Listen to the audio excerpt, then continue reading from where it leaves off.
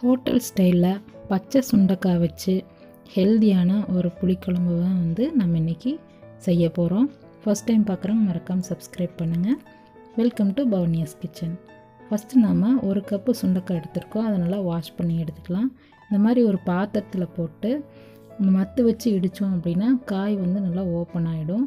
அதில் இருக்கிற விதையை வந்து வாஷ் பண்ணி எடுத்துடலாம். இல்லைன்னா அது ரொம்பவுமே கசக்கும். இந்த மாதிரி ரெண்டாக உடஞ்சதுக்கப்புறம் நம்ம வந்து தண்ணி ஊற்றி நல்லா அலசி எடுத்துக்கலாம்.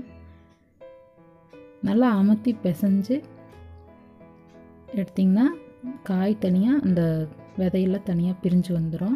இப்போ இந்த மாதிரி வந்ததுக்கப்புறம் நம்ம நல்லா பிழிஞ்சிட்டு ஒரு பாத்திரத்தில் தனியாக எடுத்து வச்சுக்கலாம்.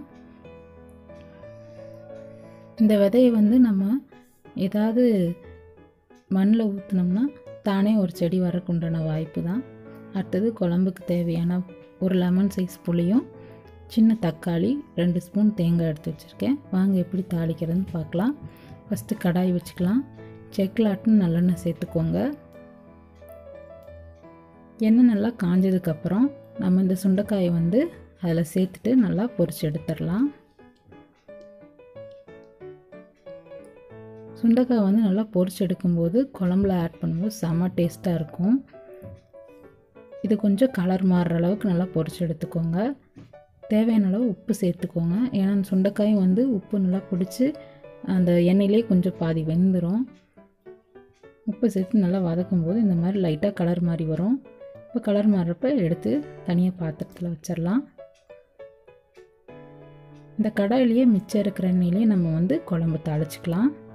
குழம்பு தாளிக்க பார்த்திங்கன்னா கடுகு, உளுத்தம்பருப்பு, கொஞ்சமாக வெந்தயம் ஆட் பண்ணிக்கலாம். புளி சேர்த்துறங்காட்டி வெந்தயம் ஆட் பண்ணோம்னா ரொம்ப டேஸ்ட்டாகவும் மணமாகவும் இருக்கும்.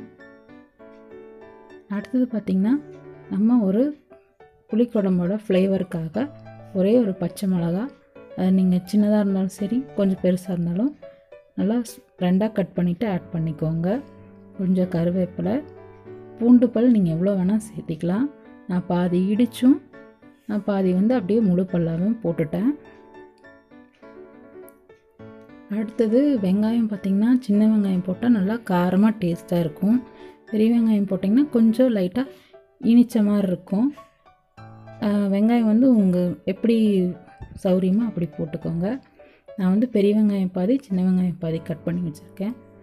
அதை ஆட் பண்ணிவிட்டு நல்லா வதக்கி விட்டுறலாம். நம்ம ஆட் பண்ண வெங்காயம் கண்ணாடி பதம் வர வரைக்கும் நல்லா வதக்கி எடுத்துக்கோங்க. அதுக்குள்ளே நம்ம மசாலாலாம் ரெடி பண்ணிக்கலாம்.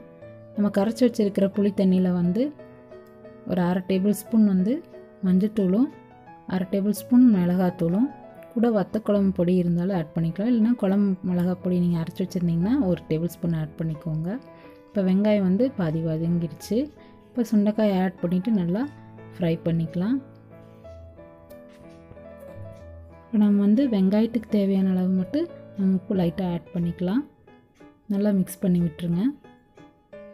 அடுத்தது நல்லா எண்ணெய் பிடிச்சி நல்லா வதங்கினதுக்கப்புறம் நம்ம அந்த கரைச்சி வச்சுருக்கிற புளி மசாலா தண்ணியை வந்து ஆட் பண்ணிவிட்டு ஒரு மூடி போட்டு சிம்மில் ஒரு 5 நிமிஷம் விட்டுறலாம். நல்லா சுண்டி இந்த மாதிரி நல்லா வெந்து வந்திருக்கும். அந்த டைமில் நம்ம அந்த எடுத்து வச்சுருந்த தக்காளியும் தேங்காயும் வந்து அரைச்சிட்டு சேர்த்துக்கலாம். இது நான் கொஞ்சம் விழுதாட்ட அரைச்சிட்டேன். அதனால் நீங்கள் வந்து கொஞ்சம் தண்ணி ஆட் பண்ணி குழம்பு எவ்வளோ தேவையோ அந்தளவுக்கு பார்த்து சேர்த்துக்கோங்க தண்ணியை. தேங்காய் ஆட் பண்ணதுக்கப்புறம் வந்து குழம்பு ரொம்பவுமே கெட்டியாகும். அதே போலவே உப்பு காரம் வந்து கம்மியாக ஆரம்பிச்சிடும். நம்ம தேவையான அளவு உப்பு காரம் இந்த டைமில் பார்த்துட்டு ஆட் பண்ணிக்கலாம். அதே போல் தண்ணி எந்தளவுக்கு வேணுமோ ஆட் பண்ணிவிட்டு கொஞ்சம் தண்ணியாட்டவே ஆட் பண்ணிங்கன்னா தான் இன்னொரு 5 நிமிஷம் நம்ம வந்து கொதிக்க வைப்போம். அப்போ வந்து குழம்பு வந்து சுண்டிடும். கொஞ்சம் தண்ணியாட்டவே எடுத்துக்கோங்க. இப்போ நான் காரம் பத்தலை, அதனால் கொஞ்சம் ஆட் பண்ணிக்கிறேன். நல்லா மிக்ஸ் பண்ணி விட்டுட்டு நம்ம மூடி போட்டு நல்லா ஒரு 5 நிமிஷம் தேங்காய் ஊற்றினதுக்கப்புறம் ரொம்ப கொதிக்கக்கூடாது. சிம்மில் போட்டு ஒரு 5 நிமிஷம் நல்லா கொதிக்க விட்டுட்டு நம்ம வந்து குழம்பு ரெடி ஆயிரும். குழம்பு ரெடி ஆனதுக்கப்புறம் நல்லா ஃப்ரெஷ்ஷான மல்லித்தழை தூவிட்டு நல்லா மிக்ஸ் பண்ணி விட்டுருங்க. ஒரு சூப்பரான குழம்பு வந்து தயாராகிடுச்சு. நீங்களும் ட்ரை பண்ணி பார்த்து எப்படி இருந்துன்னு கமெண்ட் பண்ணுங்கள். தேங்க்ஸ் ஃபார் வாட்சிங்.